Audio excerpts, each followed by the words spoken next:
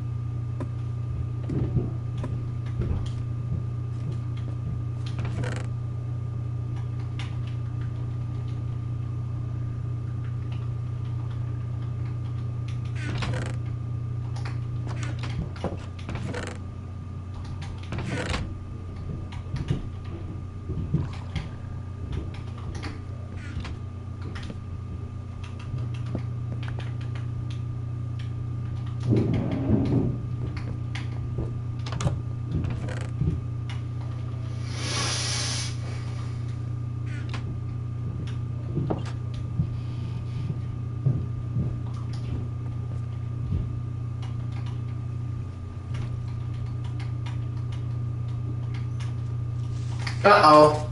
Oh, you bastard!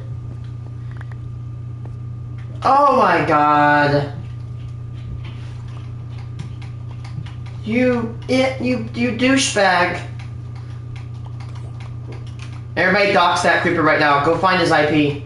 Go find that creeper's IP.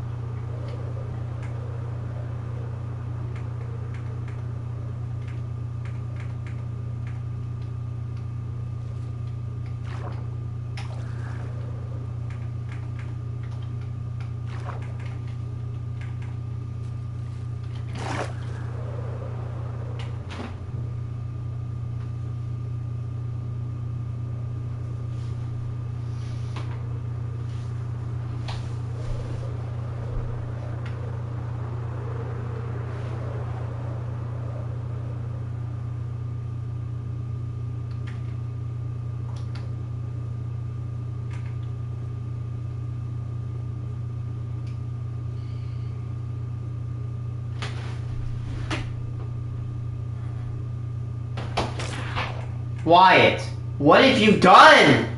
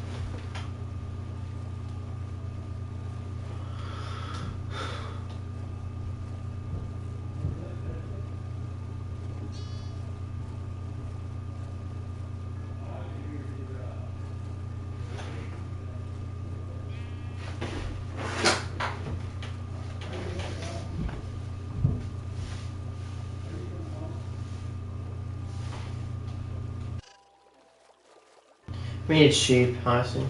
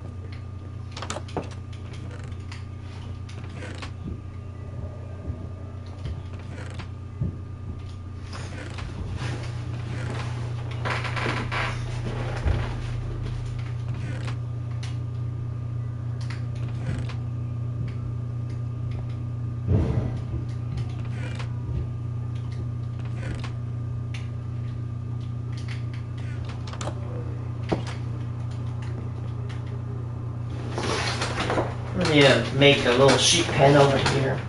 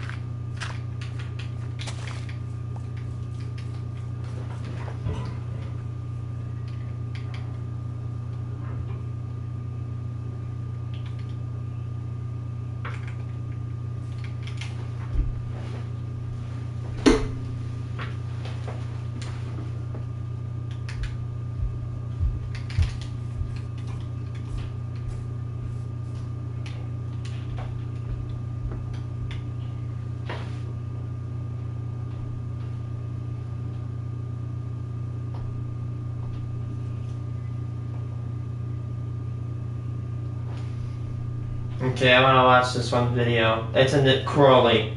Nick Crowley, darkest kids TV shows the show ever made.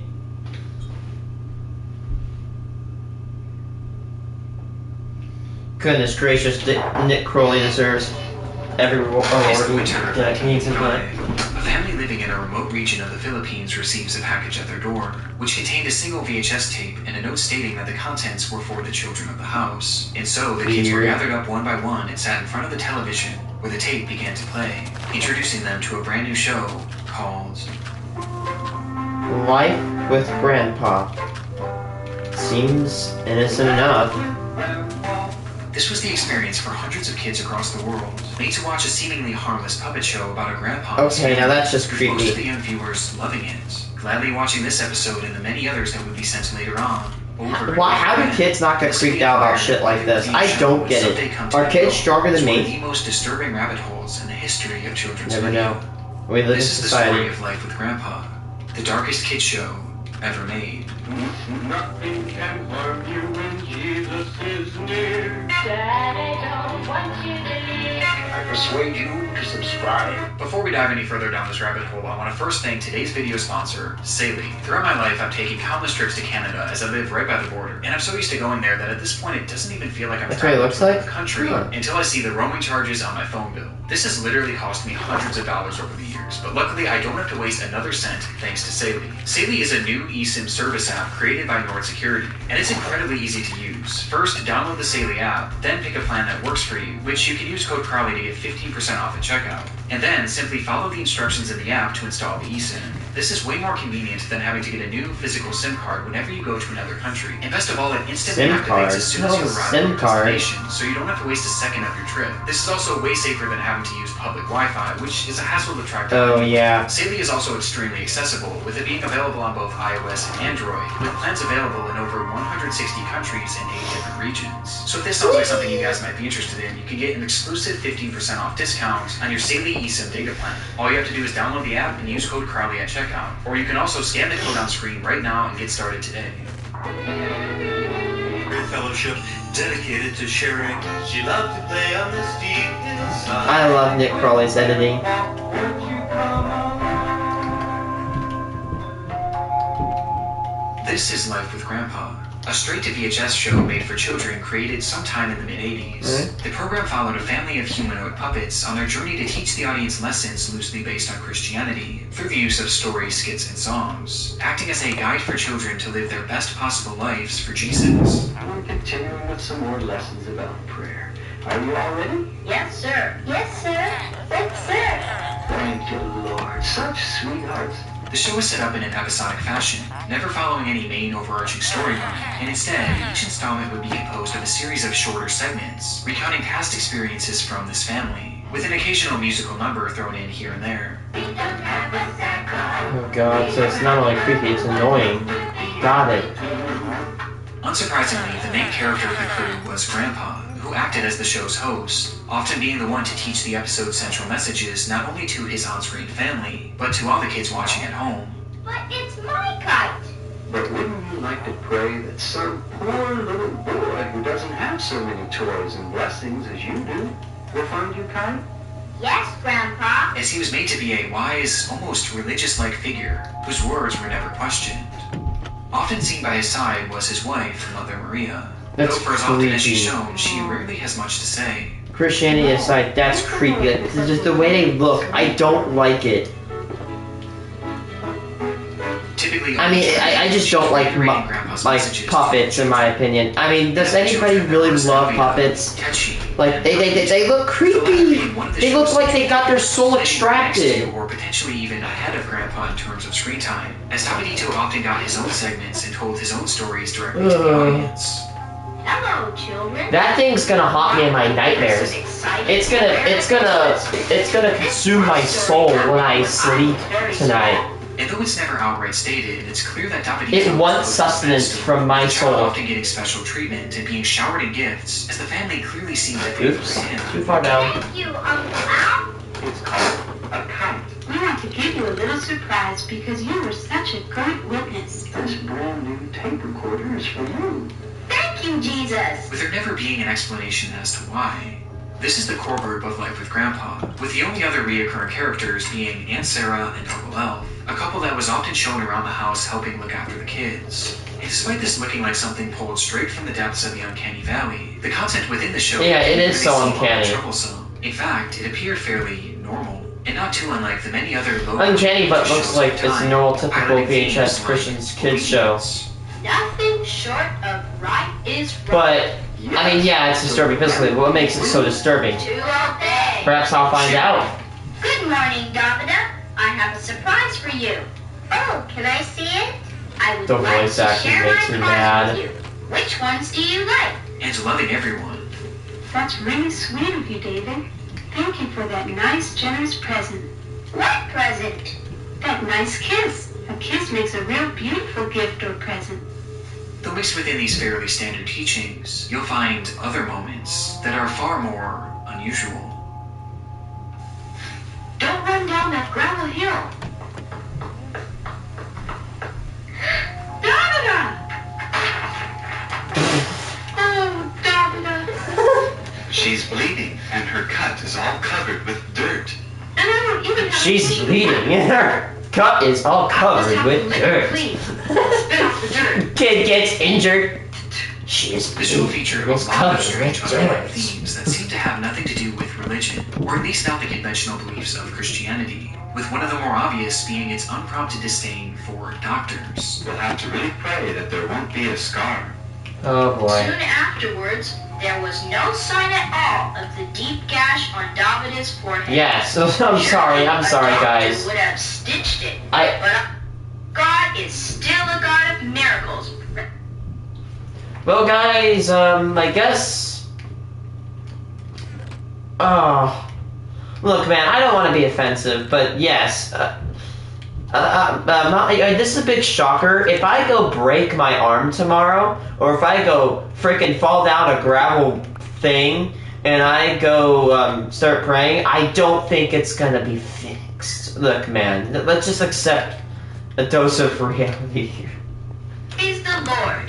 As well as its constant endorsement of Praise praise your body's ability to heal, because apparently healing that fast is pretty cool. And be good.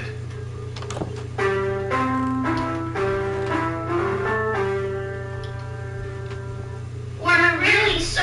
Wait, what? To obey and Praise the Lord. They're beady as well as its eyes. constant endorsement of spanking. Oh boy. Jesus spanks us because he loves us and wants us to obey and be good. Okay, here's what I don't get about like the Christian religion. You got some people saying Jesus loves you, and you got the other people saying you should obey him. Basically, like not just a normal, you're a loving God, like an actual like tyrannical one. Like, what is going on? There is such an identity crisis. Oh yes, Jesus loves you. Jesus will spank you because he loves you so much. He will physically assault you because he loves you. You a little bit or correct you. It's for your own good. It's because he loves you and wants you to be good. And Oh yes, that's right. Yeah, the people that love you, I guess, will physically assault you. Gotcha. Even though it's been literally proven that spanking doesn't do shit. Okay.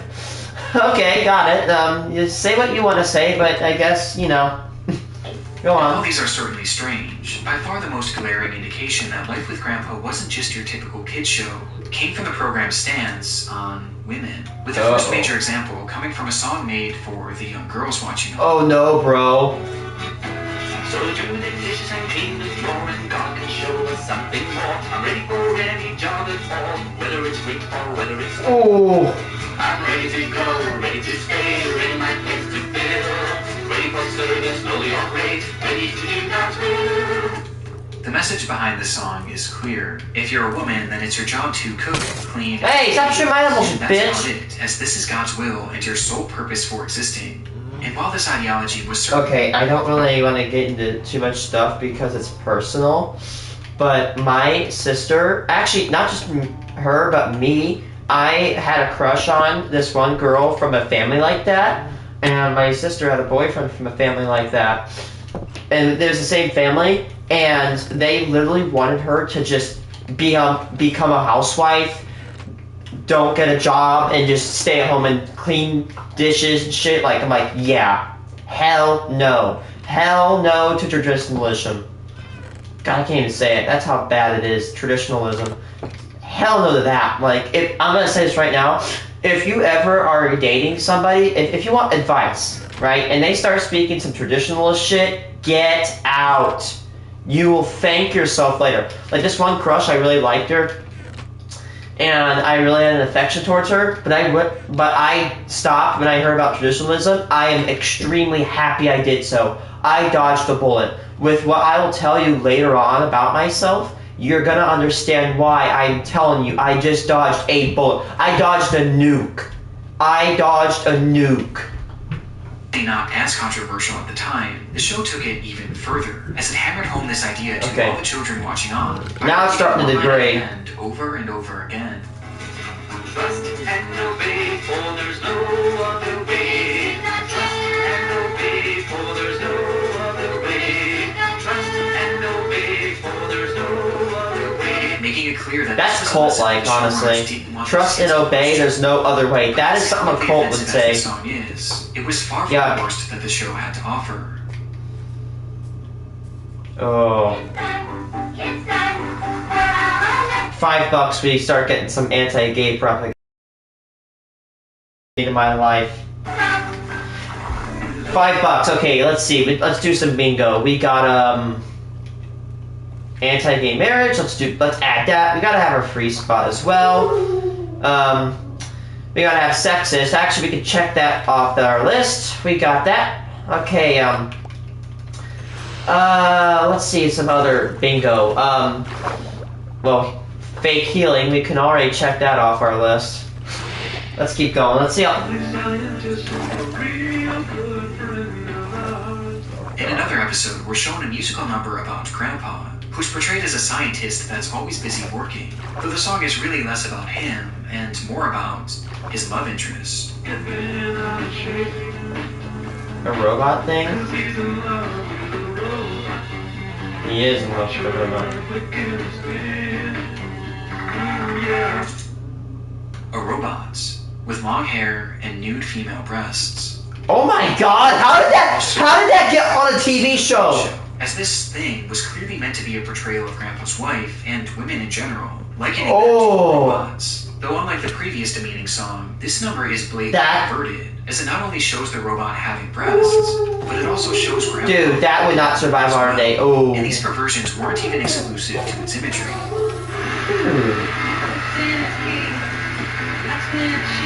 He puts in his... Do I ever repeat that by a quote? This guy, the show says he puts in his key and that's when she gets excited. Here's my response to that. But mainly that this was on a show that was literally made for toddlers and young children. How did that make it the kid show? That would have been canceled today. I'm not saying that like that shouldn't have been canceled. Nudity in a kid show, by the way. Kid show. In a kid's show. Must I say more? Material was actually nothing new to the world of Life with Grandpa. Predating the puppets, there was a little-known illustrated book series called Life of Grandpa, with the show practically being a shot-for-shot remake of this book series, featuring the same exact characters and stories. And much like the show, the series was also a religious guide created for children. In its pages, you'll find themes about morality and lessons made to guide you towards a proper way of living through this religion. But these books also had a very apparent dark side, one far worse than the show had inspired. In the chapter Real Fathers, we're shown a scene where Techi and Davidito question why they have two different skin colors, despite them being siblings. As Techi noticed that Davidito's skin we're getting into racism. Oh shit, chat. Pure white, to which Grandpa then explains to them how his wife and their mother had slept with other men. See, God used Timothy and Carlos only to fuck Mama so that I could have you both. Wait, what? See, I quote, see, God just used Timothy as Carlos only to F Mama. So that I could have you both. They were just like an instrument or tool that Jesus used to help create you wonderful little children for his kingdom. Praise Lord. Oh my God. It's so nasty, dude. Just like an instrument or tool that Jesus used to help create you wonderful little children for his kingdom. Praise the Lord. This was followed by Nick Crawley, by the way. What the hell is this kid show? How did this get greenlit?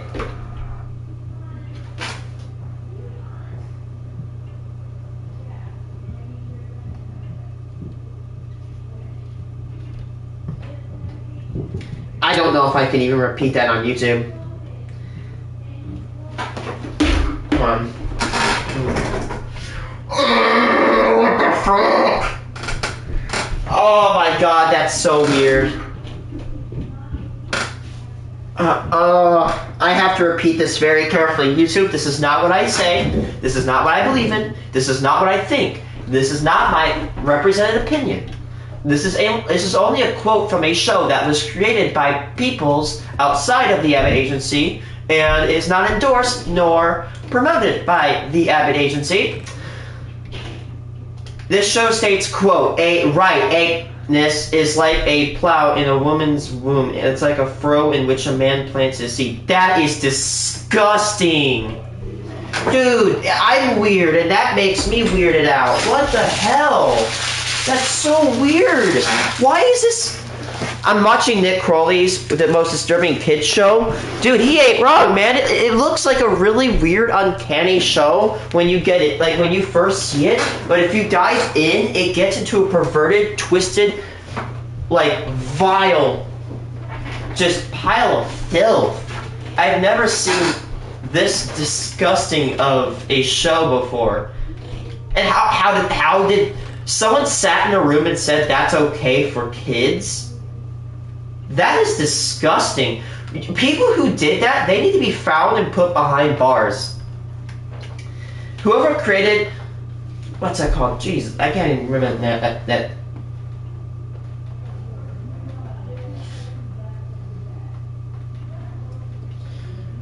Hold on, what was this stupid ass show called? Life with Grandpa. Whoever made Life with Grandpa, you need to be found and you need to be charged. They should be charged with exposing shit like that to kids. That shouldn't be unpunished. Be right back.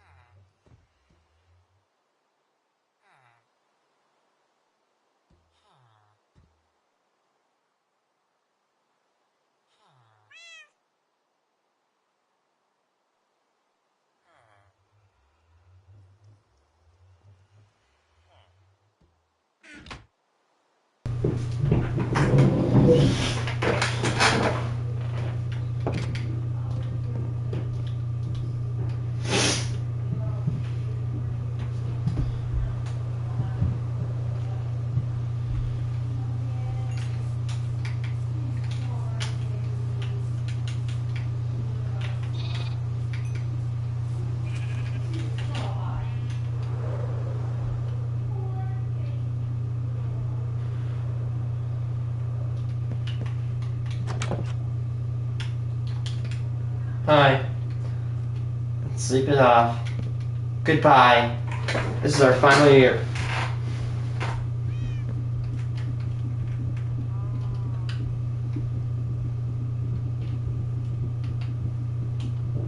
One year, guys.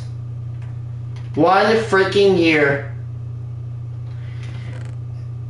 Just wow.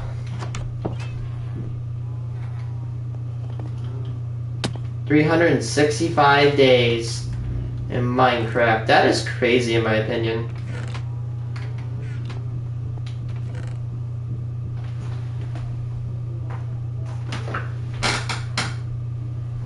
Of life with Grandpa. With erotic material being shown constantly with no Bruh. regard as to how inappropriate this is to be shown kids. Which begs the obvious question. Why? Why was life with Grandpa so blatantly perverted? Well, the answer lies with the author of the books, and the reason for the show's existence. David Berg. David. He shall send his angels Who? with the great sound of a trumpet, and they shall gather together his elect. That's when Jesus is going to come back, to rapture his saints, to gather them together. Born in 1919, David grew up a devout believer in Christianity. I'm sorry, who that wanted guy- something more from the religion. I'm sorry, maybe if I insulted by my looks. That guy looks like a creep. And in 1968, I don't get good at the age vibes of off him. 50, he decided it was time to do just that. The group began in Huntington Beach, California, and went by many names over the years, like Teens for Christ, the Children of God, the Family of Love, the Family International, or just the Family. But regardless of its name, there was no denying what this group was. A cult. Yep, Led see? by David Berg. Berg would find young hippies. Obey, there's no other way. Determination and Yeah, that's visions. cult He behavior, convinced them to join my his dude. group by stating that the end of the world was coming soon. Oh. And that they needed to follow. I'm gonna warn you guys. I'm gonna tell you this right now. When you have something, people like this saying the end is coming, that is how you're gonna deal with some crazy shit. Path and join his family to save. That is their a souls. telltale warning It sign. was pretty standard cult ideology, but at the time it was extremely effective, with the sect amassing a staggering 10,000 members at its peak. And at first, Man, it got by my with dad was right saying that teachings from the idiots Bible. really do Although group this together now, don't was- they? After some time, Berg began addressing his followers via frequent illustrated messages called Mo letters that featured his ramblings and teachings from the time, with Berg slowly ingraining into his members that the contents of these letters should be taken as seriously, if not more so, than the Bible. In one of these This letters, guy is a dated nuthead. 1972, Berg claimed that God was going to destroy the United States and that the group needed to flee the country immediately, with Berg demanding that his followers spread Proof? out across the globe and open up They don't point to a homes book where this members could time. live as one, far away from the public eye. As a result, many members packed up their things and left right away, leading to roughly 130 communities being established across 70 different countries, essentially overnight. It's This literally a mass migration plague. had an extremely significant impact on the family, as it left practically the entire group outside of the United States, and more importantly, outside of the United States jurisdiction, meaning that Berg can now get away with far more than he used to. I'd say, yes, yeah, it's bad, but hey, at least they're not here. Good riddance. And unsurprisingly, this is where he began We don't to need any more his control. firms. The full-time members were made to give up all I swear, if this their guy's- possessions to the group. Yeah, I swear, if this guy starts mentioning about something, Thailand, I would be surprised if these guys in Thailand go hand in hand. Just saying. All contact with their family and friends who were non-believers, cutting them off from the outside world completely. Literally just And these Jehovah's restrictions Witness on also applied to steroids. the media they consumed.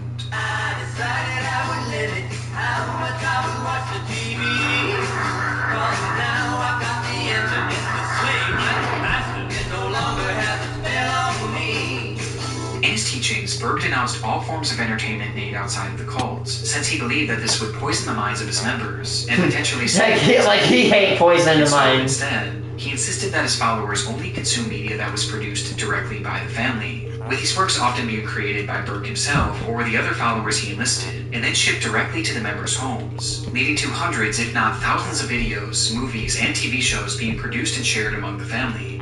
No wonder this guy was This wasn't just arrested. about providing entertainment. It was really all about controlling the minds of his group, and even more importantly, indoctrination, with his primary targets being children. From birth, most kids were not shown any media other than what the cult gave their parents, with these works... I feel so bad for those kids. Praise those kids, dude. Dude, the amount of suffering you have to be, dude, I'd rather... I'm not insulting low income. I'd rather be the lowest of the lowest income than be born into a cult like this. That has to be like the worst existence possible. I feel actually bad for people who are born like that. Can you imagine being born in a cult that showed you explicit material, like literally like as you were like 6? That's horrendous, dude. Alright guys, I'm watching Nick Crawley's video on this show called The Life of Grandpa or something. Or Life with Grandpa. And it's like actually nuts. Like, I can't believe we've gone from weird TV show to actual like cult. Just full on cult. How the hell did we like get to this point? Putting their minds into following everything that the cult believed in without question. The main themes of these were usually things like always be happy. More than 70 little muscles formed proud and fair. But only 14 muscles put a smile in its face. Then so you can go all the way to 5. Always show love. And never, under any circumstances, question your parents. No. Well, heaven forbid your parents become murderous.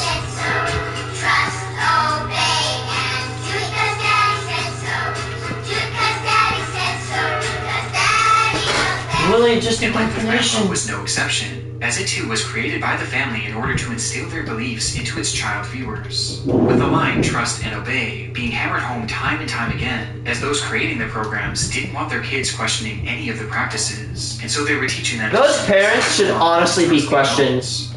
They should be actually like they need to be apprehended and questioned, interrogated, because the fact that they are actually able, like the people who actually show their kids Life with Grandpa, which actually contains explicit material, I'm pretty sure that's a crime in the United States, which sucks because these guys existed outside of the United States. Each parent that did that, in my opinion, should be thoroughly questioned, and if possible, have their kids removed from custody.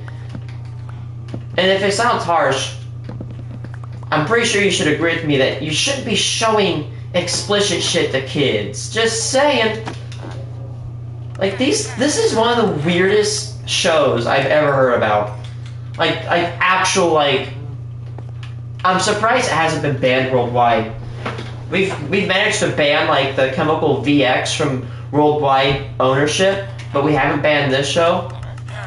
Ugh. Include whatever they want in these shows without any repercussions, leading to many of the showrunners exploring some of the group's more controversial beliefs, which becomes extremely troublesome when you realize that the family wasn't just your standard cult, and instead, it was a sex cult.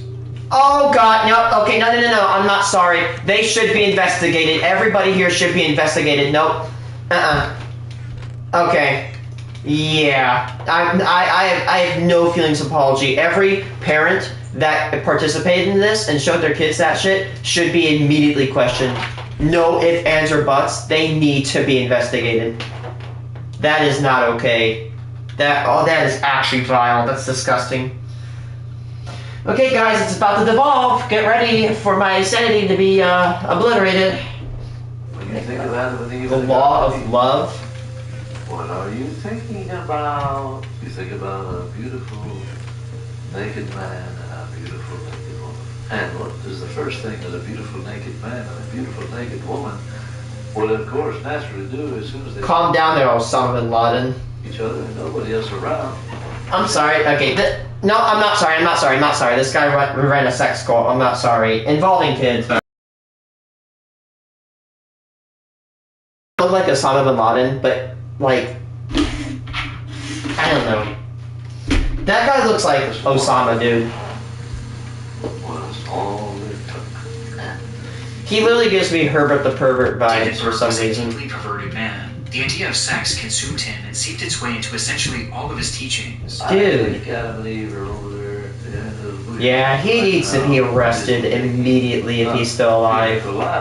And I think they're making some other kind of juices. And once his followers were outside of the US, he began to preach something he called the Law of Love, which essentially said that the family should be showing all people love, and that love should come in the form of sex. No, love doesn't always have to be sex. It can be not sex, you know?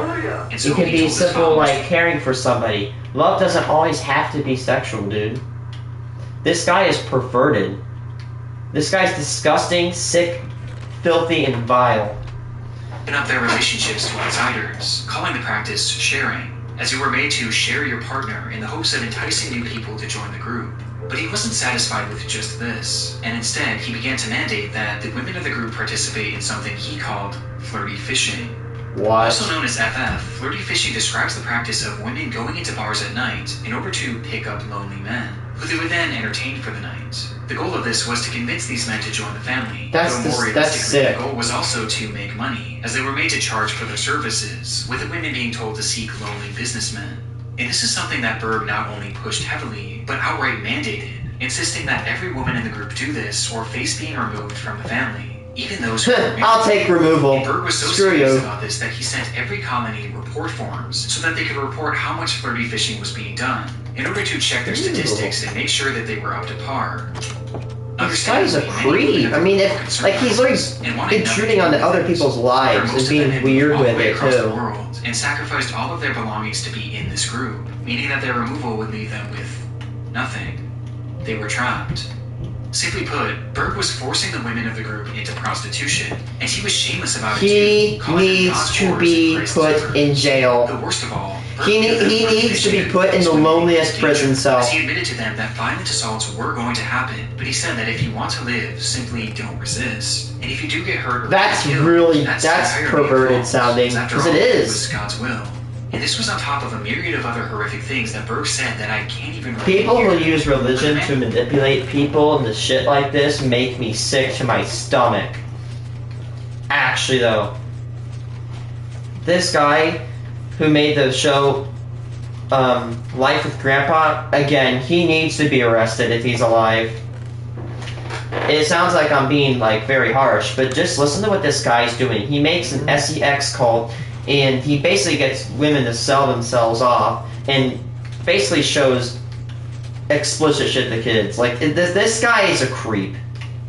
Yucky. And all of these horrific things was the same man who wrote Life with Grandpa, and he used this medium to normalize his sex cult's beliefs for the children watching. For Which gives kids. more context as to why That wouldn't fly in the United States. war in these This books guy's a and coward. He should come shows. back and Life with face the Grandpa United was States breaking justice down the system. young girls watching, And actually, breaking it down probably the wouldn't life of work. prostitution that they were made to accept without question. Trust and obey, for there's no other way. Trust and obey. Though the show wasn't only for preparing the kids for the perverse lifestyles they were headed for, and instead,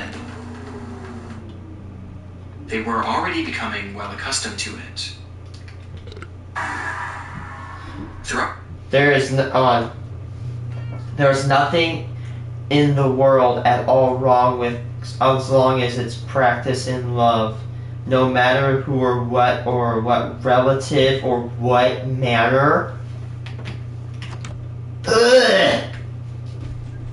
Quote from that show, by the also way. began to preach that children should be involved in these affairs and share. No. He should have nothing to do with it. In fact, he believed that Wait, children. what? That is weird. You can get the same enchantment? Well, guys, if you want Riptide 3, you just don't want it. There you go, you got Riptide 2. That is a really interesting... That is so weird. I actually, I've never seen the same book be offered twice, or like the same enchantment, I should say. That is weird. About this lifestyle essentially Okay, as quote. soon as they're born. I hope all of our young kids have plenty of... I'm not finishing. Nope, I'm not finishing that statement. And although That I is can't sick. give you exact words There for are... this, Okay, I can't... There's no words left in my vocabulary to describe how disgusting this group is. But again, go check out Nick Crowley's new video, The Darkest TV Show Kids Ever Made. I will have to say it is very disturbing. This actually is... I don't really get disturbed. I have a pretty good stomach of steel, and this is making me sick. This guy is really creepy. Yeah. So now he not only is he showing explosive stuff to kids, he oh, that is so sick. He's encouraging that they participate. I'm not going to elaborate. You can go look at the video and see what I mean by that. Oh, that is so sour. That is so nasty, dude. Why do people like this exist? Berg had declared open season on pedophilia, and much like flirty fishing, it was mandatory. The abuse that followed is unimaginable, at a scale far too large to to this day. God, why is this guy still not only allowed to be free? This guy shouldn't be free anymore. I don't care if it sounds like outlandish. This guy is committing some of the most horrendous crimes possible. I do not like this guy. Dude, it started as an innocent-looking kids show at the surface. It's devolved into actual, like, crime. Not just crime, but, like horrendous. Like, it's unforgivable crime.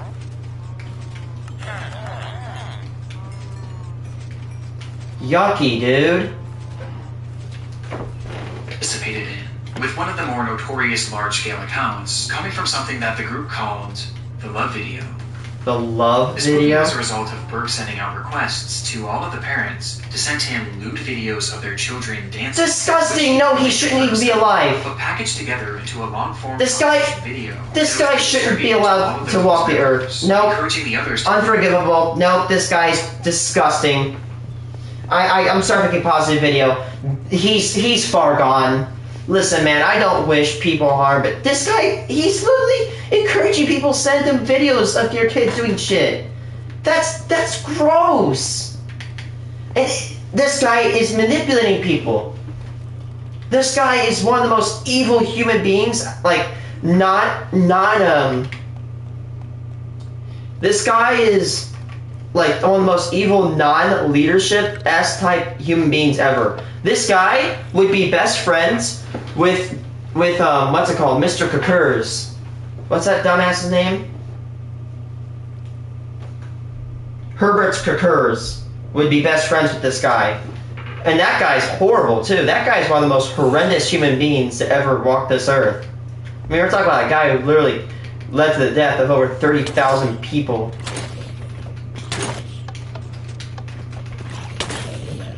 What? We live in a world, I'm just saying.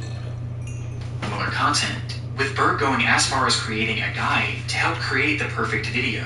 And not only did many parents go along with this, but many every parent who participated in that should be put behind bars. World Services, and it was so inspiring. It was so beautiful. Okay, it's just crimes. We're committing crimes now. The only order that they were happily following. And it was really a blessing too for Joe and Hobo, because they had a good chance to share also with Sally. And so the Lord's really. It sounds so normal to them too, which is really sickening. To be free and to show that sample of freedom and love to the world. Yeah, you know what shows freedom and love? Letting my kids do that shit! You need to go to prison. Life with Grandpa was literally created to indoctrinate kids into a pedophilic sex cult, and it makes you realize why exactly. This is the most disturbing cult I've ever heard. By the way, guys, I know it's weird. I have a morbid curiosity. I admit. And this is probably the worst cult. The worst, or one of the worst non-military, non-world leader, leader-esque type human beings I've ever heard of. Like, if you take all those world leaders off, like Adolf, freaking Saddam, Mussolini, or military guys like Herbert Kakurs, you take them off the list, all non-military or leader personnel, this guy is definitely the worst I've heard so far. I've heard about some horrendous people, and this guy, yeah, no contest. It's gonna be tough to top this dude. This guy, oof. From this point of not questioning your parents or any adults, and to simply obey and smile, So the right That is wins? To obey. brainwashed. That's all it is brainwash. Unimaginable things to them, and they were being groomed not to question it, making some of the That's- show's segments horrendous in hindsight. What a coward. He should come back to the US and face our punishment. Please tell me this cult's gone. It probably isn't, because there's still some delusional, disgusting parents out there that believe it's true. Love and affection really encourages and inspires the big people. It was normalizing their abuse, and because of this, many children never questioned the horrible assault. And then they're gonna grow up and they're gonna think it's normal. And then they're gonna grow up and they're gonna spread it. They're gonna spread the degenerosity of this stupid ass cult everywhere in the world to see. If this cult is not stopped, we need to go out of our ways and we need to stop this cult. This man should not be allowed to run anything again. He shouldn't be allowed to walk the earth free. To have children by about age. For YouTube demonetizes, or I should say, like, false strikes. This guy is an actual criminal. Like, this guy hasn't committed one act. He's committed only. He knows how many acts he's done. Now he's gonna advocate child and sex.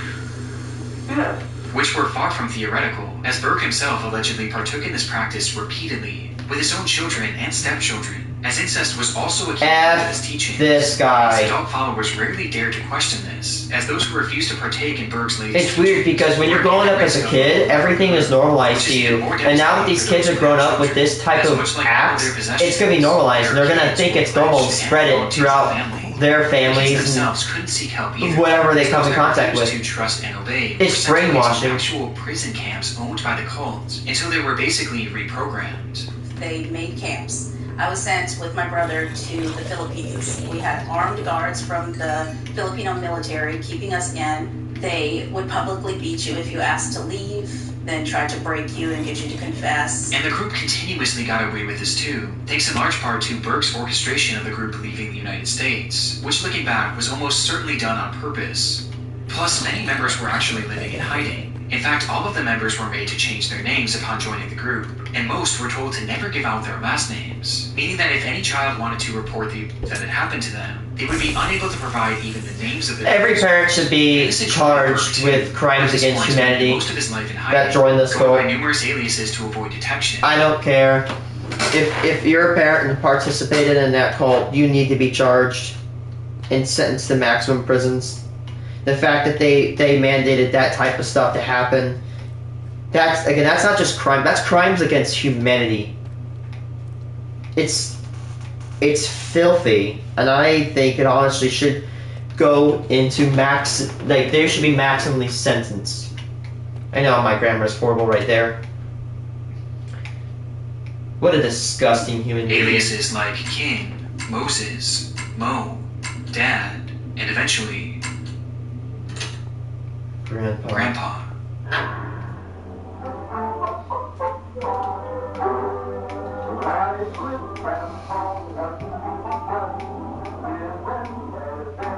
The entire show was about him, David Berg, which is why he was shown as a wise, unquestioned religious-like figure who the children were made to look up to. That is top tier As the characters indoctrination shown right there. alongside Berg were also members of his real-life family that lived with him in a remote commune.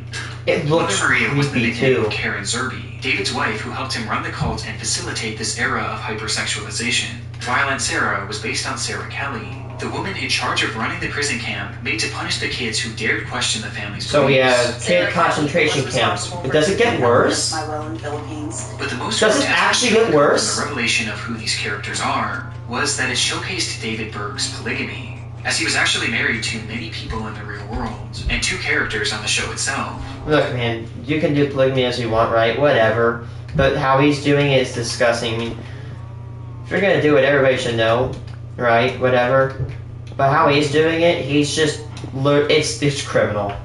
Mother Maria and Davida, his then 5-year-old stepdaughter. Oh. Davida would eventually go on to tell her story, stating that she had been Berg's child bride. And there was a ceremony, Ew. ring and everything. And once I turned 5 years old was when I was implicated into being one of his queens, so to speak. Along with allegations that she had been victimized by him countless times. And she wasn't the only victim of Berg's perversions. Tetchy was often sexualized by Berg publicly. What?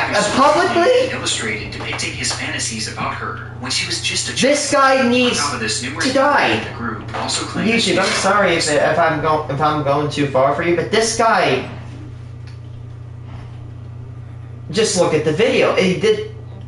How does this guy exist? Like, what the hell happened to this guy? Again, I take mental illness pretty seriously, and I'm accepting, like, this guy is, like, the kind of mentally ill that's, like, disturbing. Right? Like, I have mental problems myself. I have freaking autism and shit. But this guy is, like, far gone. This guy can't even be a human being. All the evil lust that he has. He's a hollow shell of a human. A disgusting example of what happens when you let people get away with their crimes. This kids right here, this is what evil looks like. It doesn't look scary. It doesn't look outright horrendous. It lurks behind a human husk, waiting to strike, waiting to find its next victim, and ready to basically destroy you.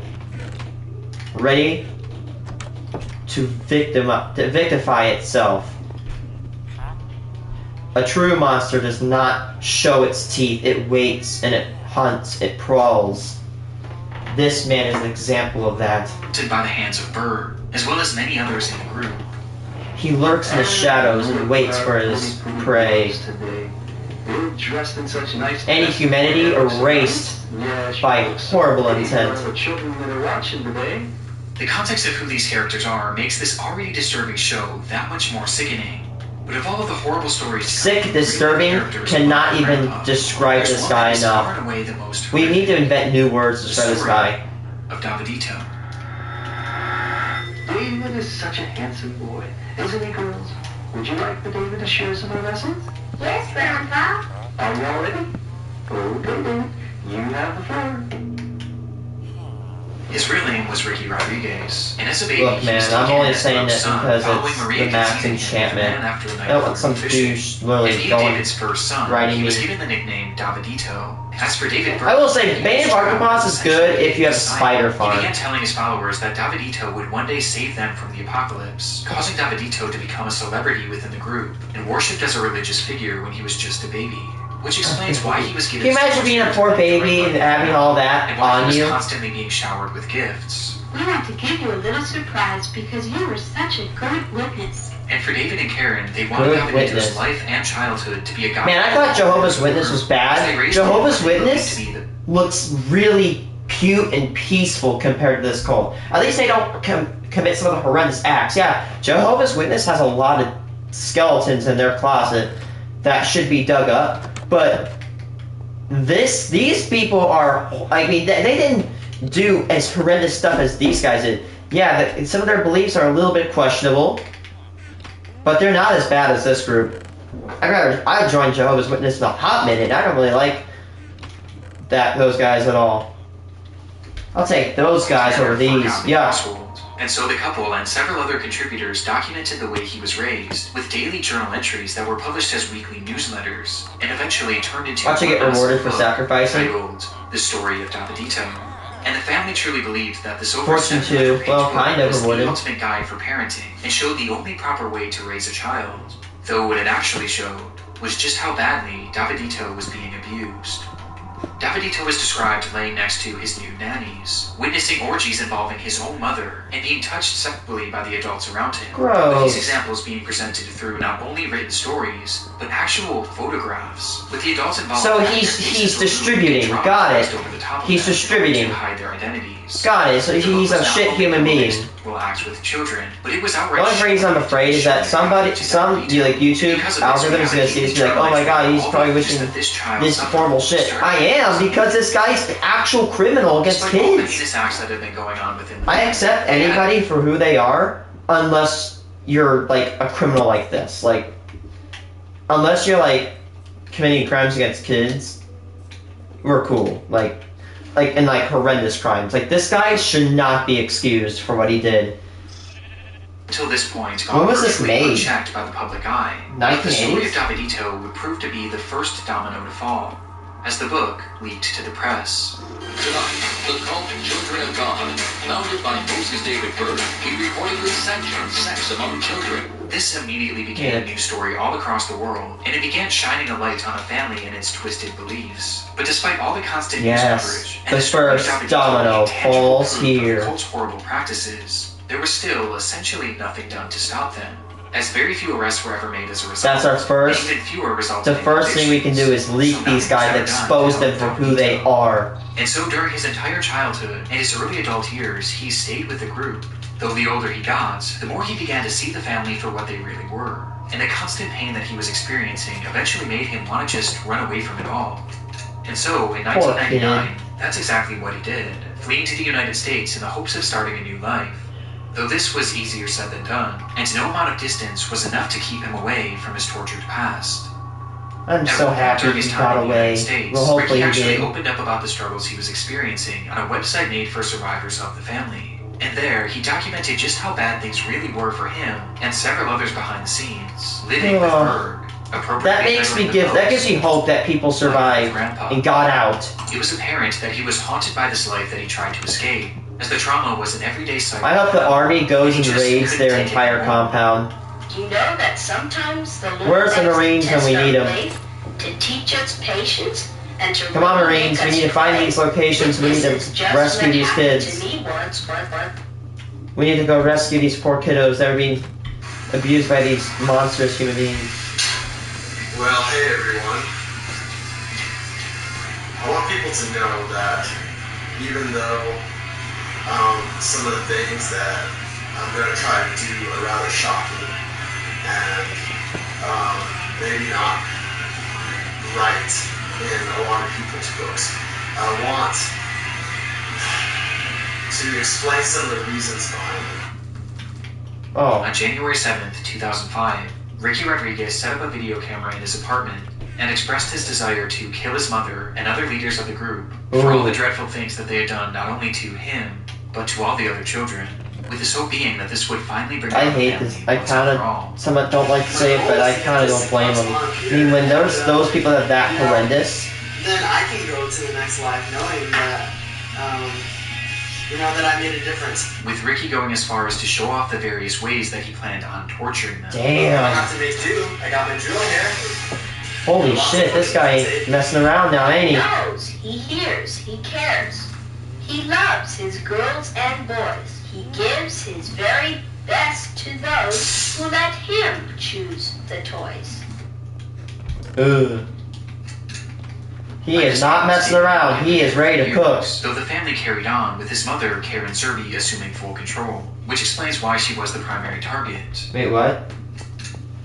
By this point, David Berg had been dead for years, though the family carried on, with his mother, Karen Zerbe, assuming full control, which explains why she was the primary target. Good riddance. And much like Berg, Karen spent most of He is going to be running the deepest pits of hell. Unable to track her down, though he was able to find Angela Smith, one of the nannies responsible for raising him, as well as one of his most prominent abusers, as she was even shown in the story of Davidito assisting him.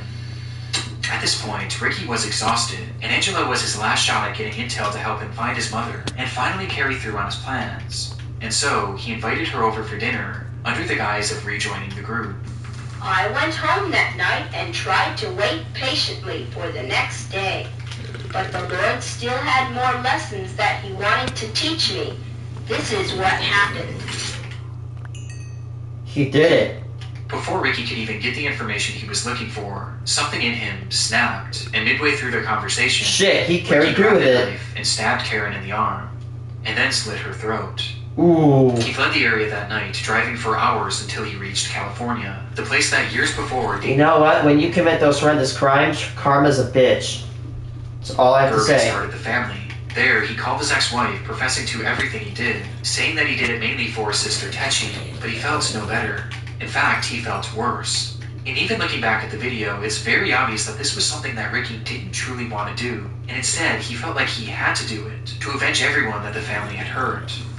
But I'm not trained. I don't know how to fucking do this. I don't want to fucking do this. God damn it. And it was too late to take back what he did. And so he stopped the car in a dark parking lot, sat there for a moment, thinking about everything that had happened during his painful life, and ended his suffering once and for all. What a shit show. These fuckers have done to us. Didn't actually, grab a knife and cut us up, but man. To a point, they did that to him. They made him the way he is. That's their fault. He could have been a nice, happy young, whatever man that you see in this video. They contorted and twisted him beyond With a happy thought, I shall be. beyond comprehension. They did this to themselves.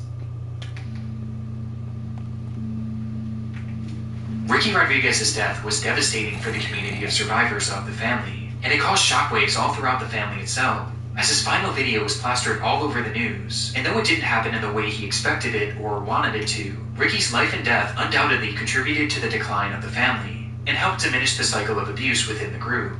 Starting from the story of Davidito, the public pressure forced Berg to outlaw the widespread abuse that he once preached. And though it is believed that it never really came to an end, it was at the very least significantly reduced.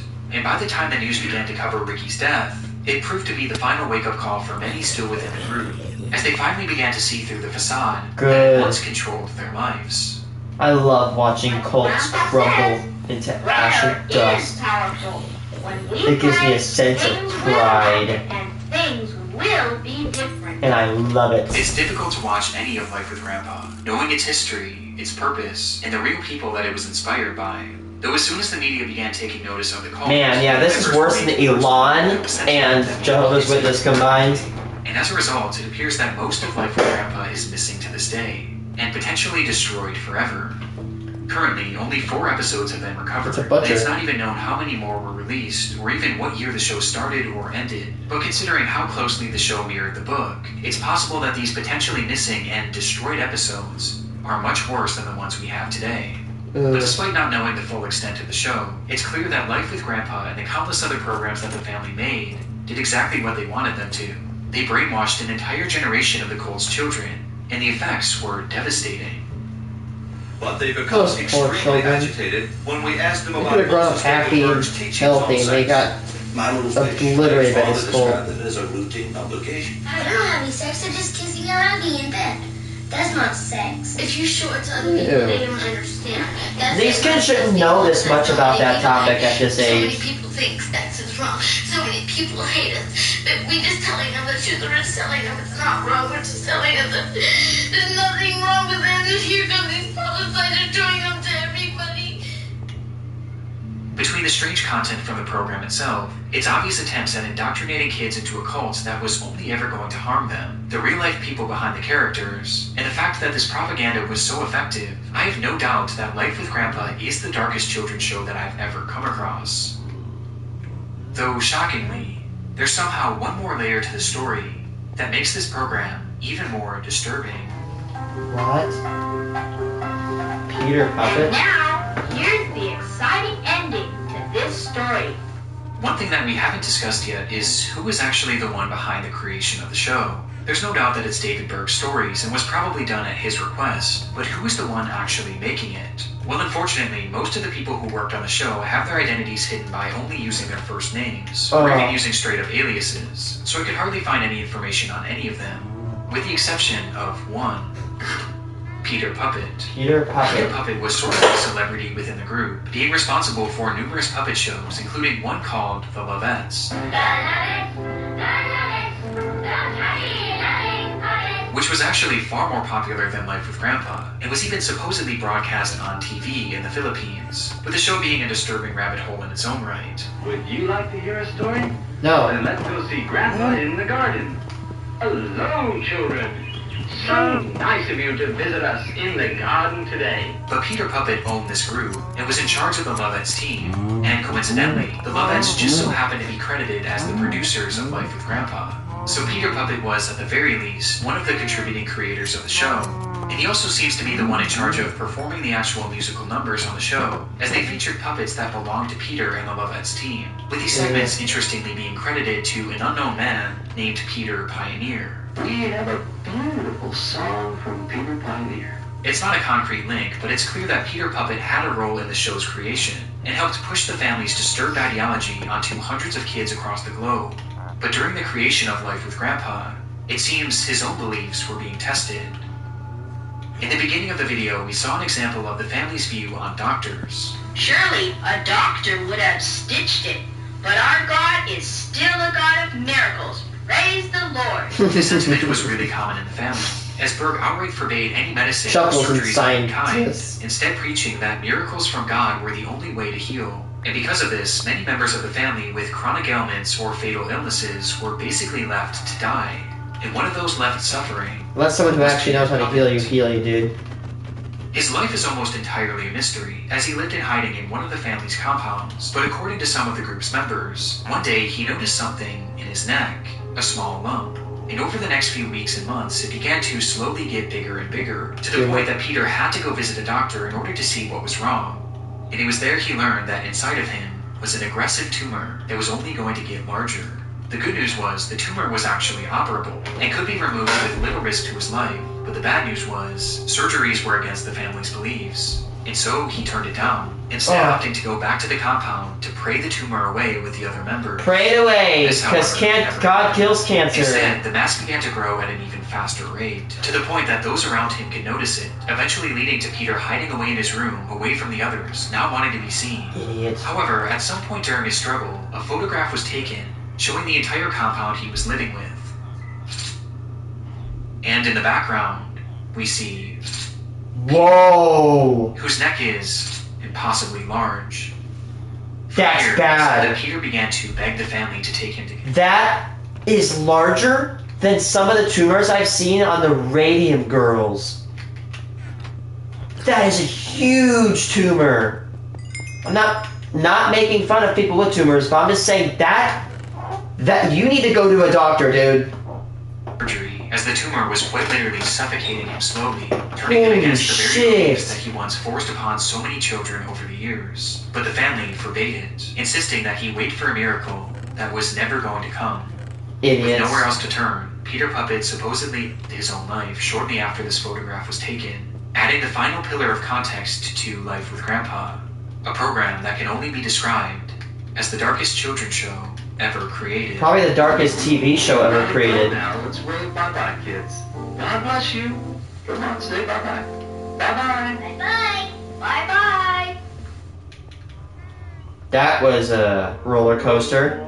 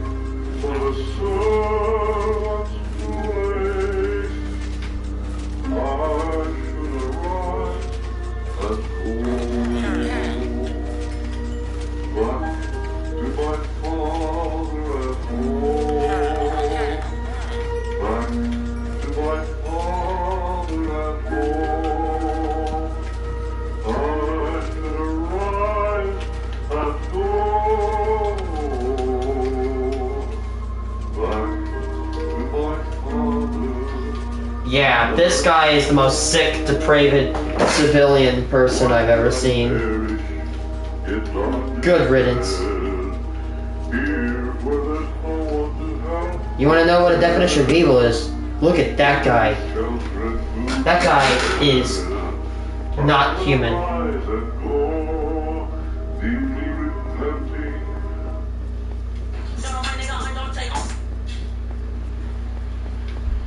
Damn, it be, bro. When I turn off the lights, it be feeling like I don't even got a sense of time because this shit don't got no windows in it. So this is the need left.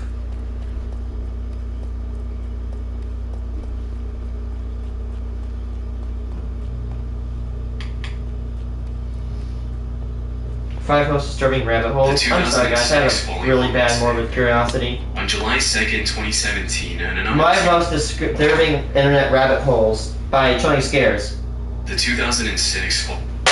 Okay, let me just tell you, I don't want to glaze the shit out of Chilling Scares. No like and subscribe, no intro. Dude literally gets right into it. I have so much respect for Chilling Scares. No bullshit, no wasting your time. He gets straight into the video.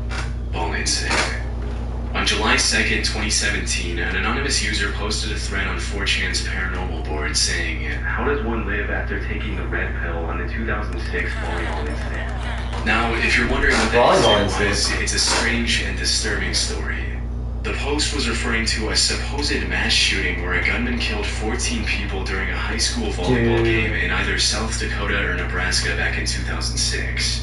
But here's where things get strange. If you search for any information about it online, you'll find nothing. No news articles, no official casualty reports, nothing. Weird. Just conspiracy theory websites and the occasional Reddit post asking if it even happened.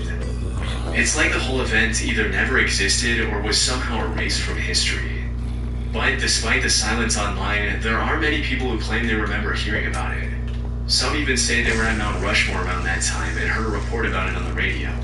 For a long time, the only evidence of the incident on the internet was because usually shootings are really well known about in my country. The fact that they can't find information on one is kind of odd. That is, until some ordinary gamer, a YouTuber who often dives into dark web rabbit holes, discovered more evidence.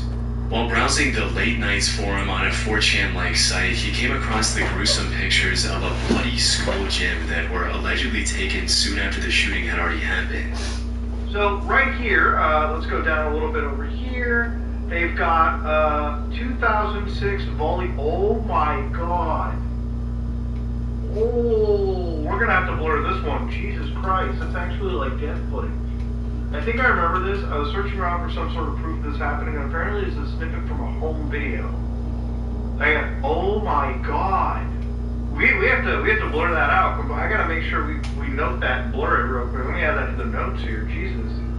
It's like an actual straight up bloody massacre. It's like VHS recorded.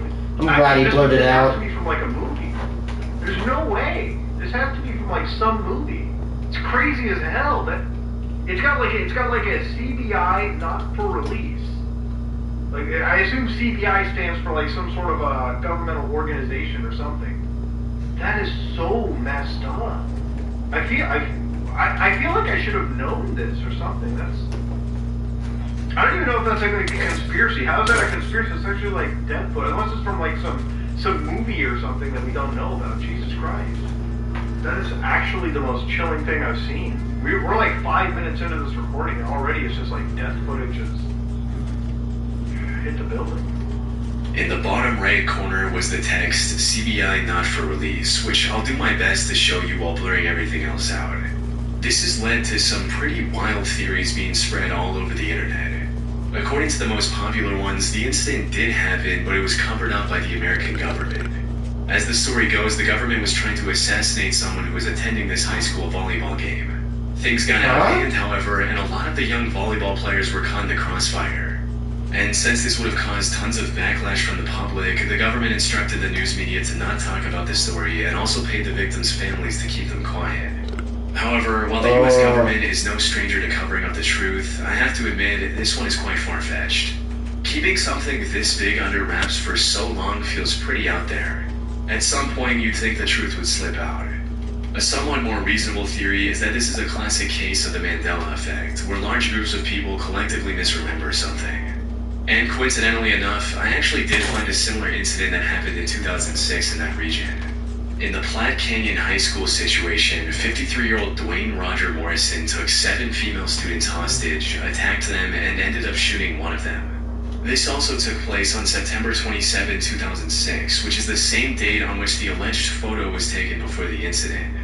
Its location in Colorado might also explain why people from the Midwest remember hearing about it on the news.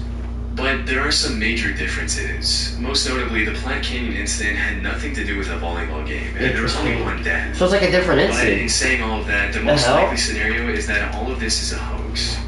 While researching this incident, I came across an interesting post on the I mean, that's weird, because again, usually when there's a shooting, it's very well documented, especially in the United States. To have one that's not documented is kind of weird to me. Happened in 2006 in tiny towns, but any information relating to these incidents has been mysteriously erased from the public record. But if that's the case, the images that some ordinary gamer came across, where did they come from? No kidding. Considering it's been over 7 years since this first contraction on the internet, it's unlikely we'll ever know the answer to this disturbing internet rabbit hole. Grave robbing for morons. Dude. On August 8, 2014, a user by the name Simon Pred J posted a video on YouTube titled Grave Robbing for Morons. Go to hell. This was a digital re-upload. I'm not way too into like superstition and the supernatural shit, but that would seem like a very good way to get your ass haunted forever. Yeah, you're going to be haunted. VHS video, an extremely chilling one at that. In it, a young man goes into disturbing detail explaining step by step how to rob graves and sell the remains. Oh, I would hunt that person down. I'd be so pissed if that was my relative. You pull out, put your finger all in. There's nothing there that will hurt you at all. Or you have to make sure of that. There's nothing that can hurt you. Do not be afraid. Pull it out like that. Do not pull it by the teeth, or else it'll break out like that, and you will have holes. Oh. What makes this video even more unsettling isn't just its content, but the mystery surrounding it. No one knows who the man in the video is. To this day, his identity remains unknown, and no one has come forward to claim responsibility. This has left the internet in two fiercely opposing camps. Some believe this is authentic footage of a real grave robber. Others argue it's an obscure horror short crafted purely for shock value. Surprisingly, I came across evidence that supports both sides of the argument while researching this topic. One undeniable fact, however, is that the original video is extremely old. The earliest mention of its title, Grave Robbing for Morons, I found on the internet was a now defunct online store for horror VHS tapes called Shocking Videos. This website listed the tape for sale in April of 2003, stating, "What we have here is genuine camcorder footage of a drunken teenage stutterer giving a half-hour lecture on how to steal body parts from graveyards for fun and what a weirdo. fresh, rotting skull in his hands." That said, That's the so original video is likely disrespectful from that the people have the actual nerve to go rob when you're dead. 1987 Evil Dead 2 movie. Like, let them rest, dude. Don't disturb him. And to narrow it down even Maybe more, we have to say that on our modern society. To not rob graves. At the same time. This specific cover was a part of a unique Fangoria horror magazine edition released in July 1999, which means the video was probably shot around that year. The horror memorabilia scattered throughout the footage implies that whoever created this video might have been a die-hard horror fan just trying to make something creepy for the Does Pierce stack on like the 5 or 4? While most of the gruesome advice Maximum level IV. is very authentic, like describing ways to that's good. a body that hasn't fully decomposed yet, there are also sections that seem extremely goofy. Like when the host suggests knocking out witnesses so they think it was all just a dream. Never leave witnesses. If you have to knock them out so that way they think it's a dream. This gives further credence to the theory that the subject doesn't have any real grave robbing experience and is just making it all up for the video. Still weird though. And some people argue that the skull he's showing in the video is far too detailed to be fake. As for the inconsistency in the advice, that could be explained by the theory that this was likely his first time robbing a grave, and that he was simply making things up to seem more knowledgeable than he actually was. But this is where things start getting really eerie. Toward the end of the tape, the guy almost mumbles his full name, but stops himself before saying his entire last name. Okay, this was made by me. This goes back, let's forget the last name. And in 1999, a man named Anthony Casamassima was arrested in New York for stealing an expensive stained glass window from a cemetery. There was a real possibility that this was the same person who made the Grave Robbing for Morons guide.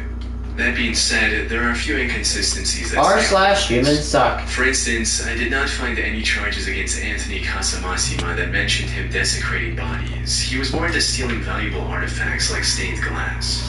And more importantly, Casamassima was 40 when he was arrested in 1999. If he made the tape, he would have been around 30 at the time. However, given the young appearance of the video's subject, that seems highly unlikely. I also found a couple more theories as well, but most of them lead to dead ends. One such theory claims the guy in the video might be Craig A. Bradley, who was arrested in 1995 for stealing human remains from a cemetery in upstate New York. Craig would have been around 24 when the grave robbing video was filmed, which fits with the young appearance of the guy in the tape. Plus, he even looks a bit like him. However, the issue with this theory is that Craig doesn't have the stutter that was prominent in the original video. Winter months I'm laid off. So winter months don't usually pay. Dig for you and everything, so you dig and your friend digs, and then it's another friend digs. You have to find someplace really so Yeah, that guy stutters way too much. What were you talking about earlier?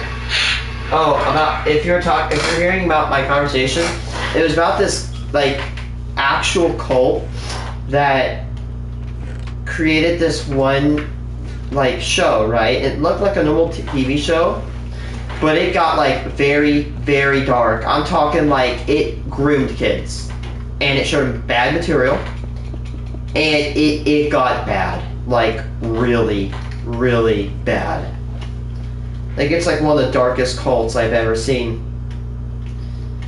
Can't even go on. I can't even explain how bad it is in full detail. There's not enough words to describe how evil, twisted, and vile that guy was. It's from Nick Crowley, Most Disturbing TV Kids Show. If you do watch it, I would advise heavy viewer discretion, because it is bad. Right now I'm listening to Nick Crowley's top like 6 disturbing rabbit holes. Now, he could have faked the stutter in the original video for some reason. However, people on the internet find that extremely unlikely given how real it feels. Grave robber or actor, the stutter is real. I've known several people with really bad stutters, and it's such a specific, uncontrollable behavior that makes it hard to fake. This kid's stutter feels unique and authentic. I've never seen an actor in a movie fake a stutter that felt this real. It's possible one day the person seen in the video will come forward with the truth, but for now we have no idea who the person is or whether or not this extremely realistic looking grave robbing video is real. Weird. Strange sounds in the sky. Ooh. Over the past 50 plus years, there have been numerous reports of people hearing mysterious sounds coming from the sky. In some cases, the mysterious noise resembles the sound of screeching metal, like someone dragging heavy metal furniture across the floor. What the hell? That has to be staged. However, the most commonly reported noise is a low-frequency hum that persists in the area.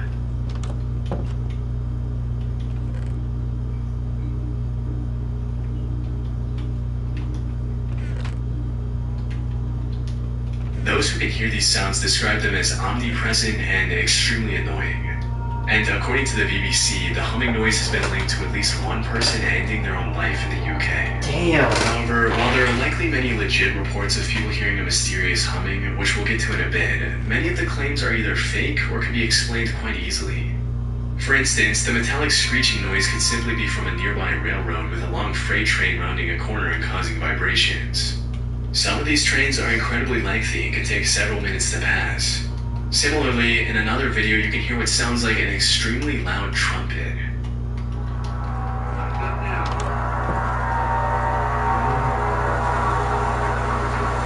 The original poster of this video titled this as a judgment trumpet, referring to the divine trumpet described in the Christian faith. However, given the poor weather conditions in the footage, it's likely just a malfunctioning tornado siren, like this. I don't know why, even I'm on the spectrum and I have sensory issues, I kind of love tornado sirens. Videos are also outright faked, with the mysterious sounds being edited in to generate views.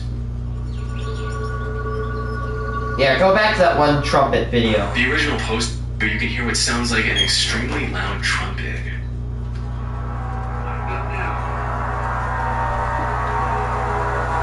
That's a broken siren. That's easily a broken siren. I've heard siren videos, and that sounds like a... described in the Christian faith. Well, however, given the poor... Well, what happens is that actually is a sound that a siren can make if it's spinning very low. If you don't know, like it sounds like a electromechanical siren that is spinning very low. If you don't know, it goes... and before it goes... If you look up videos, you can easily find sirens doing that sound. It's likely just a malfunctioning.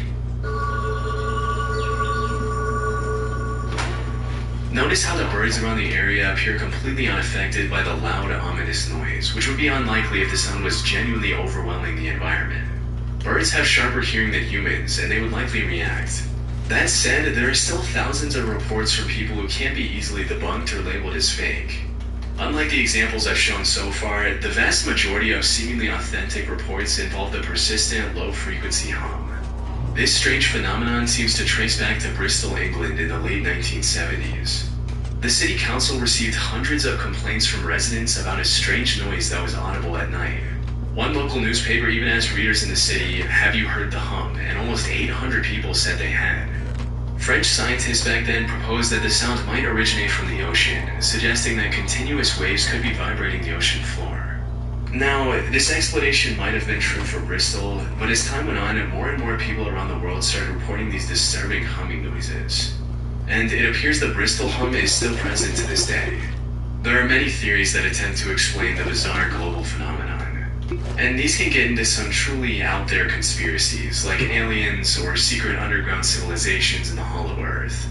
However, the most plausible explanation I found suggests that these sounds are more connected to the listeners themselves rather than their surroundings. Things like hypersensitive ears and early signs of hearing issues like tinnitus could be a major contributor. Another possible reason could be the increasing levels of anxiety and stress. A BBC researcher also noted that she only heard the hum when she was exhausted and stressed out, which further supports the notion of this mysterious hum being a psychosomatic or stress-related phenomenon. During my research, I even found the video claiming to capture the strange humming sound. But when I watched it, there was nothing unusual, just regular environmental noise.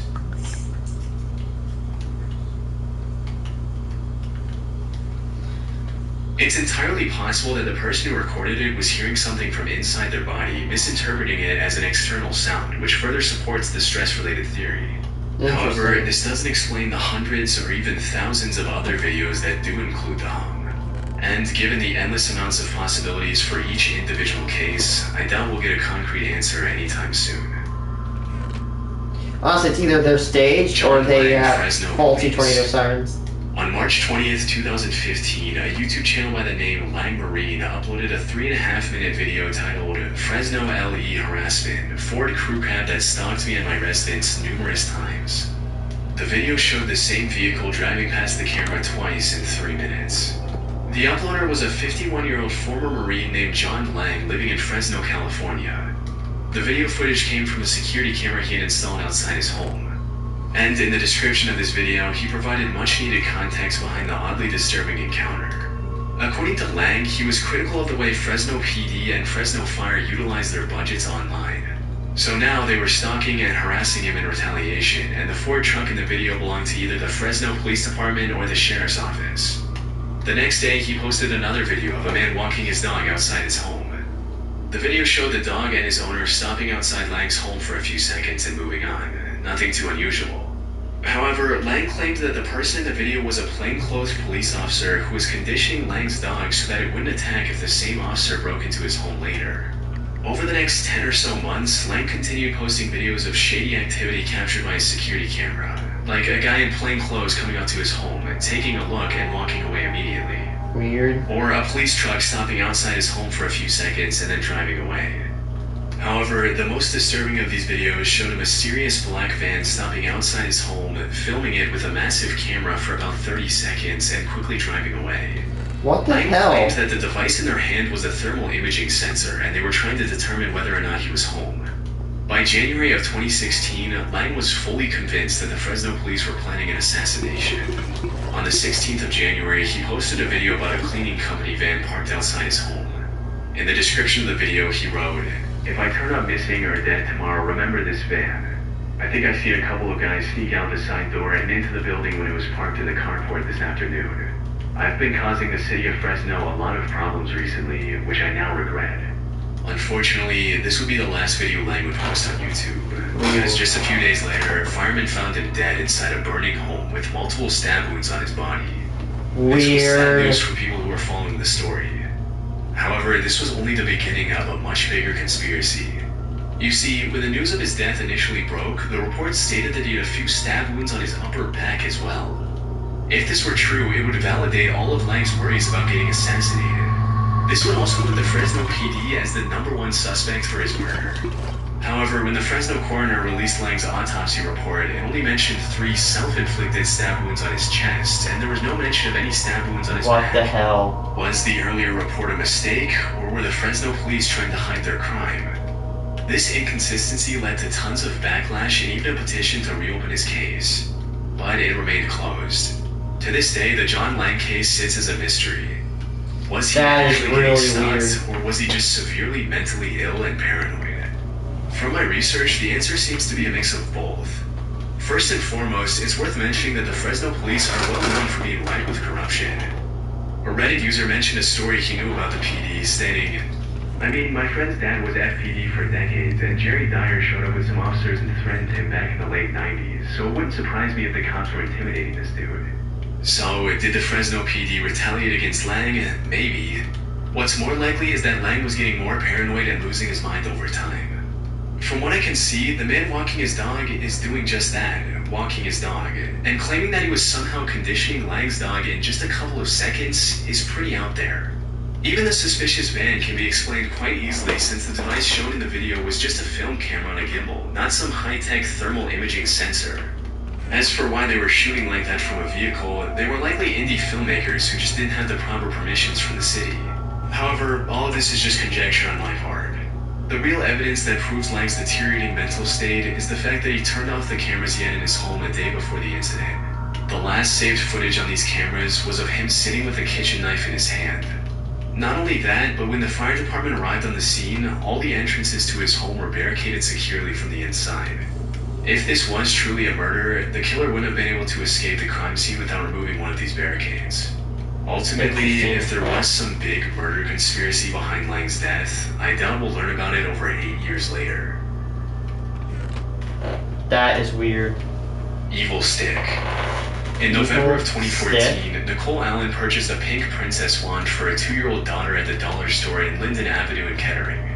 The name of the wand was Evil Stick, which is quite bizarre on its own, but likely went unnoticed by Nicole. However, the stick also promised things like luster, beauty, and wonderful music. What? The box art also featured the character Sakura Kinomoto, who was the protagonist of a popular Japanese animated show called Cardcaptor Sakura. In the show, Sakura is essentially a magical princess. So, the inclusion of just a cute-looking character made Nicole drop her guard even further. But she couldn't have been more wrong. The thing is, the inclusion of this character on the box art suggested an Asian origin for the product. And looking back, the Evil Stick does have a small, and I do mean small, resemblance to one of the wands Sakura uses in the show. The Evil Stick was most definitely a bootleg version of a product that should have looked something like this had it been official. However, the Evil Stick was much more sinister than just being a bad product. Unlike its official counterparts, the manufacturers of the Evil Stick bootleg had free reign to do whatever they wanted. And it's what they chose to do with this freedom that was utterly disturbing. You see, the top of the wand had a shiny foil fitted in, likely to imitate the shiny star in the official wand. However, this foil was hiding an image under it, and when Nicole's daughter accidentally removed the foil while playing with the wand, she was greeted with a downright disturbing image of a creepy-looking woman slitting her own wrist. What? This was likely petrifying for the little girl, but that wasn't all. If you pressed the button on the wand, instead of the wonderful music it promised, the wand played a haunting laugh. This also turned on a light behind the creepy image, so the little girl would have likely seen it even if she hadn't removed the foil.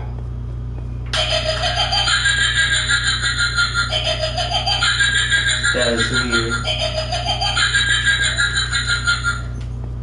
When Nicole found out about the disturbing truth, she made her findings public in hopes of getting this creepy toy banned from stores. News coverage of the Evil Stick quickly went viral, but the toy remained as mysterious as it was creepy. And the disturbing image concealed within the toy was traced back to French photographer Butcher Ludwig, who appears to be a master of creating the most nightmarish artworks one can imagine. Nearly all of his work is too graphic for YouTube. For most of them, however, even a quick glance is enough to trigger your fight or flight response. As for why the gory, horror-filled work of his photograph was stolen to be included in a children's toy, no one knows for sure.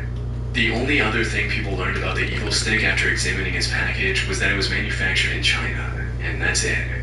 The packaging didn't have the name of the manufacturer. I even looked up the universal product code embedded in its barcode and couldn't find any relevant information through that either. This is just one of those things that really makes you wonder what other disturbing mysteries are hidden inside cheap children's toys.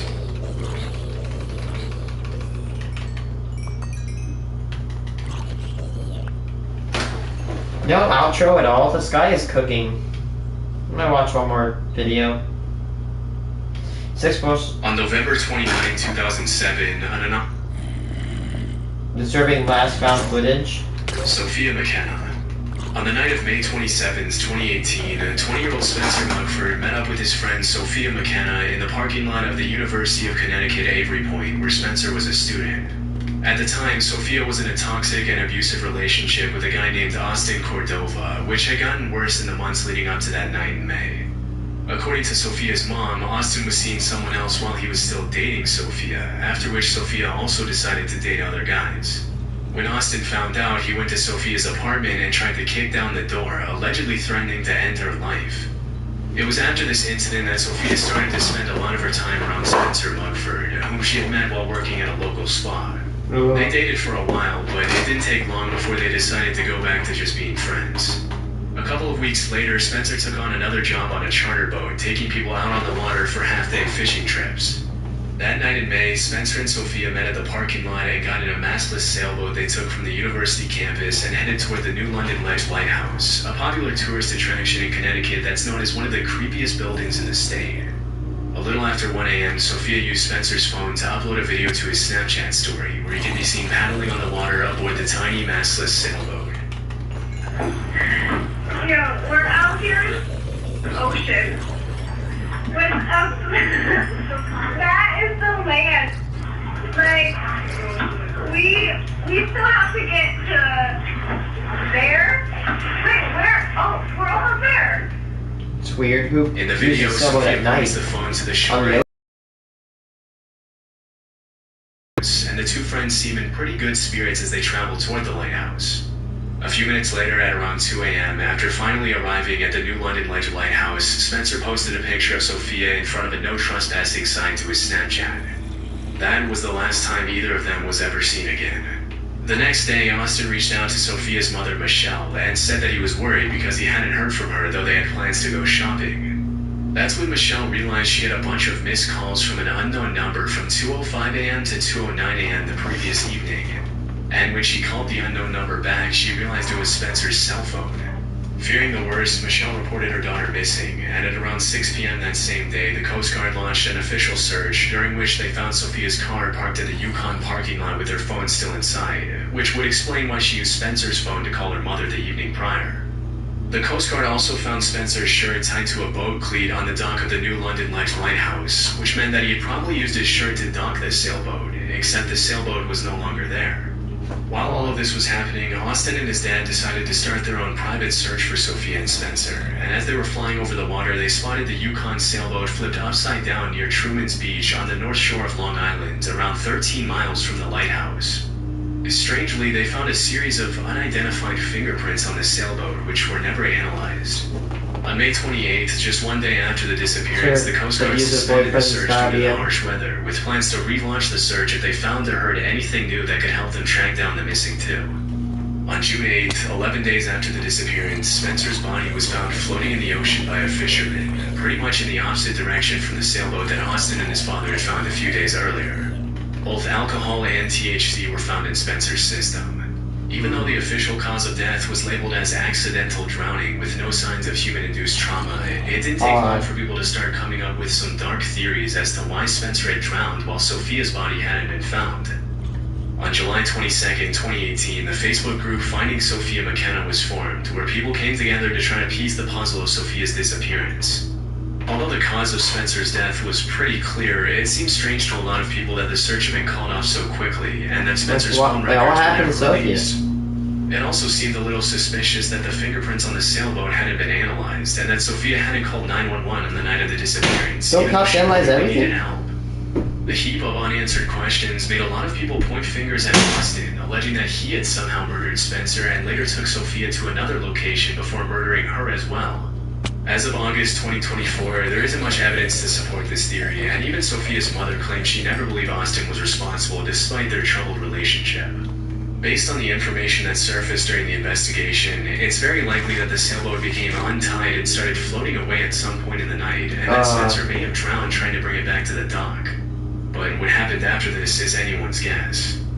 One of the most popular theories that spread online was that after Spencer drowned, Sophia was left alone at the lighthouse screaming for help.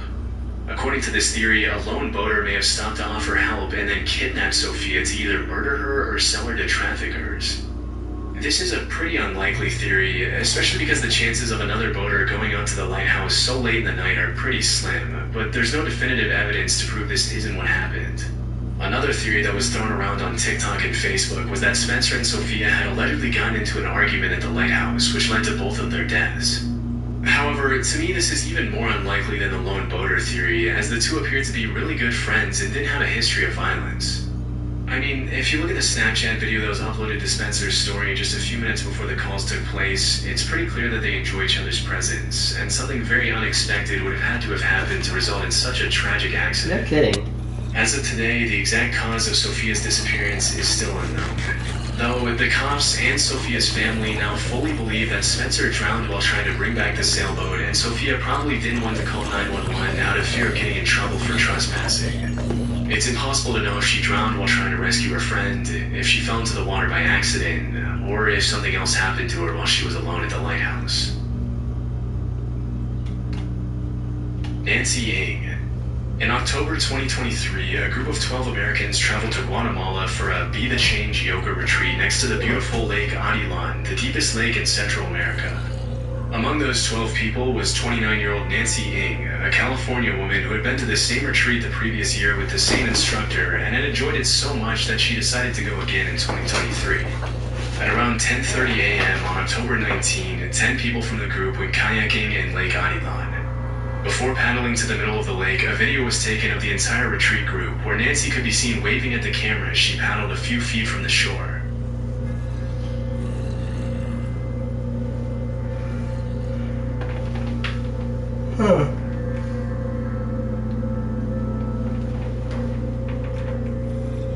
She seemed happy as she made her way to join the rest of the group, but sadly, this is footage of the last time Nancy was ever seen. After the video ended, everyone in the group paddled in separate directions, with Nancy kayaking toward the middle of the lake along with Christina Blazek, another woman from California. What happens next depends on who you ask, but according to the owners of the kayak rental company, the group came back from the excursion a few minutes later, with a lot of them looking pretty nervous and on edge. That's when they noticed the group had one less person. Nancy hadn't come back. Strangely, nobody in the group seemed to want to talk to the owners. As per the owner's testimony, the retreat goers went home as quickly as they could, failing to even pay for the kayaks or provide an explanation as to what happened to Nancy. According to witnesses, Christina Blazek looked visibly shaken and had to be calmed down by the rest of the group as they made their way back home. This is where things start to get a little weird. Even though the group wasn't scheduled to go back to the US for a few more days, they all pushed up their departure and went back home just 8 hours after the excursion. According to Eduardo Ramad, the organizer of the Be the Change retreat, the group immediately reported the disappearance to the Guatemalan police, but according to the cops themselves, the group took almost 24 hours to notify them that Nancy had gone missing. Strangely, when Eduardo first notified Nancy's family of the incident, he didn't specify that Nancy had gone missing in the lake. Instead, he tried to get away with vaguely implying that she wasn't coming back, which led Nancy's family to initially believe that she was planning on permanently relocating to Guatemala. By that time, the Guatemalan police had already launched a search for Nancy, but after 72 hours, the search was suspended, leaving Nancy's family to fund the rest of the investigation themselves. While all of this was happening, Nancy's family tried to reach out to Christina Blazek, as she was allegedly the last person who saw Nancy missing.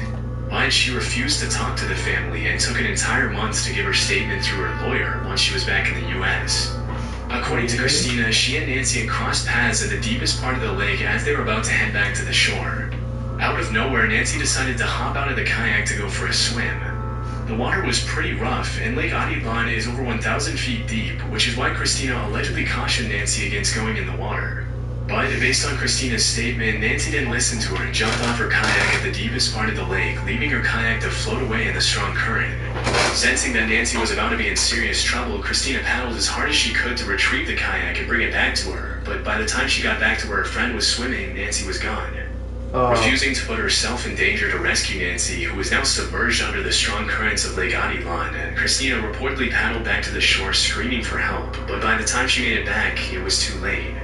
Strangely, the Guatemalan police said Christina gave them her statement about the incident and was very forthcoming with them, but when Nancy's family reached out to the Guatemalan authorities, they couldn't find any records of Christina's statement on their file.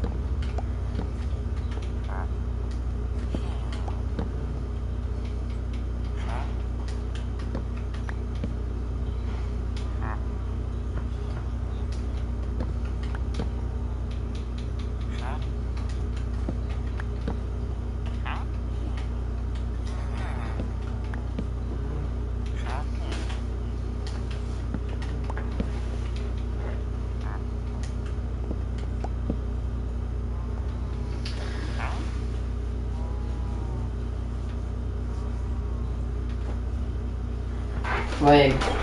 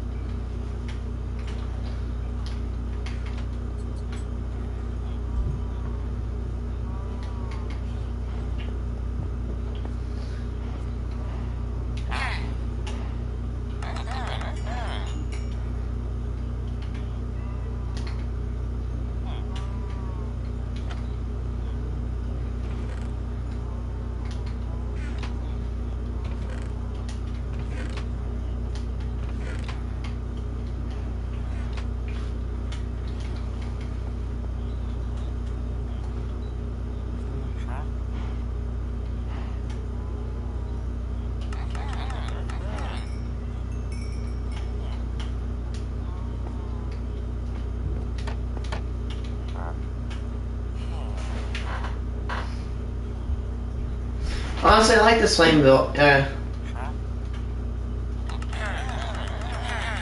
say this, but nah.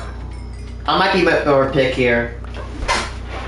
Maybe I'm being a little bit greedy, but yeah. I'm gonna be right back. I'm gonna go eat my lunch.